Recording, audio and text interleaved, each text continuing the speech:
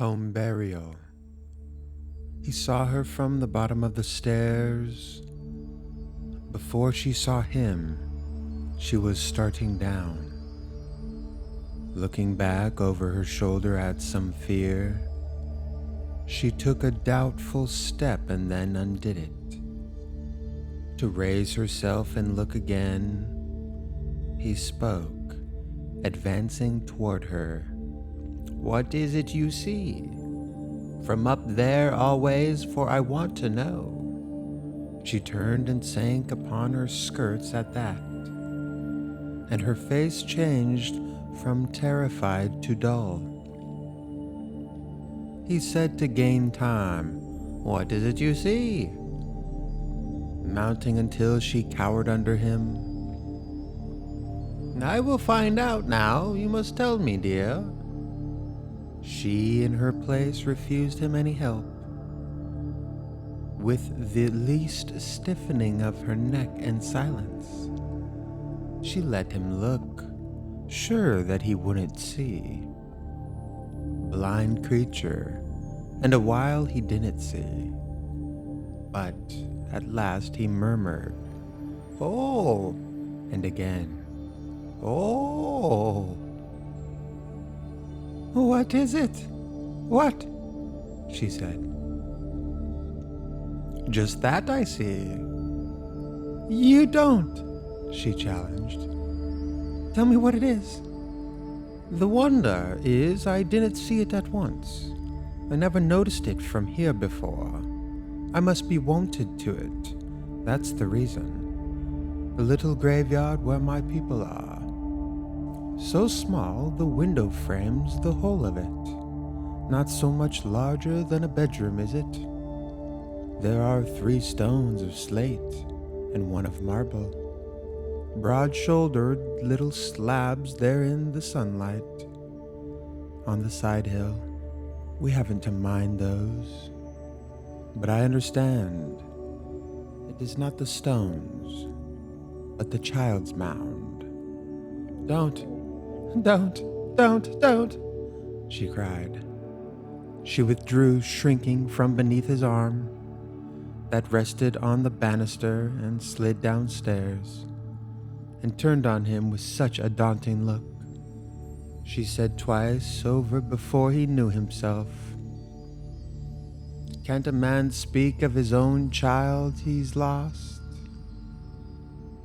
"Not you. Oh, where's my hat? Oh, I don't need it. I must get out of here. I must get air. I don't know rightly where any man can." "Amy, don't go to someone else this time. Listen to me. I won't come down the stairs." He sat and fixed his chin between his fists.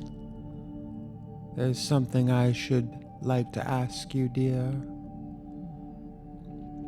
"You don't know how to ask it." "Help me then." Her fingers moved the latch for all reply. "My words are nearly always an offense. I don't know how to speak of anything so as to please you, but I might be taught. I should suppose, I can't say I see how. A man must partly give up being a man. With women folk, we could have some arrangement by which I'd bind myself to keep hands off. Anything special you're a mind to name. Though I don't like such things twixt those that love. 2 that don't love can't live together without them. But 2 that do can't live together with them." She moved the latch a little. Don't go. Don't carry it to someone else this time. Tell me about it, if it's something human. Let me into your grief. I'm not so much unlike other folk as you're standing there. A part would make me out. Give me my chance. I do think, though, you overdo it a little. What was it brought you up to think it the thing? To take your mother, loss of a first child, so inconsolably in the face of love, you'd think his memory might be satisfied. There you go sneering now. I'm not. You make me angry. I'll come down to you. God, what a woman. And it's come to this. A man can't speak of his own child that's dead. You can't because you don't know how to speak. If you had any feelings, you that dug with your own hand, how could you? His little grave. I saw you from the very window there, making the gravel leap and leap in air, leap up like that, and land so lightly, and roll back down the mound beside the hole. I thought, who is that man? I didn't know you. And I crept down the stairs and up the stairs to look again, and still your spade kept lifting. Then you came in. I heard your rumbling voice out in the kitchen, and I don't know why, but I went too near to see with my own eyes. You could sit there with the stains on your shoes of the fresh earth from your own baby's grave, and talk about your every concerns.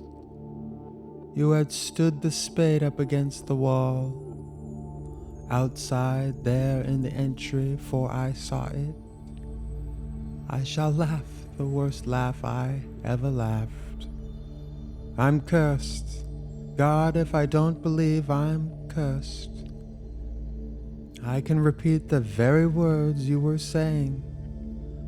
3 foggy mornings and 1 rainy day will rot the best birch fence a man can build. Think of it, talk like that at such a time. How long it takes a birch to rot, to do with was in the darkened parlor. You couldn't care. The nearest friends can go. With anyone to death come so far short, they might as well not try to go at all.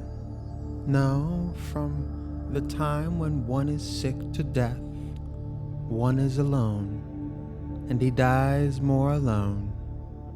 Friends make pretense of following to the grave, but before one is in it, their minds are turned, and making the best of their way back to life, and living people, and things they understand.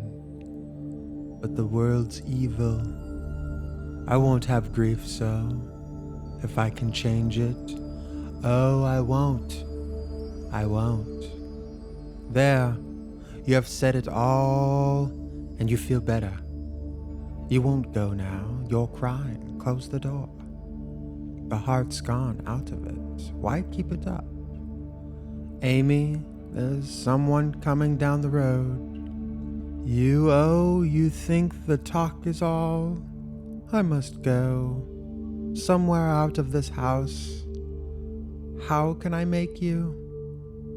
If you do, she was opening the door wider. Where do you mean to go? First tell me that. I'll follow and bring you back by force. I will.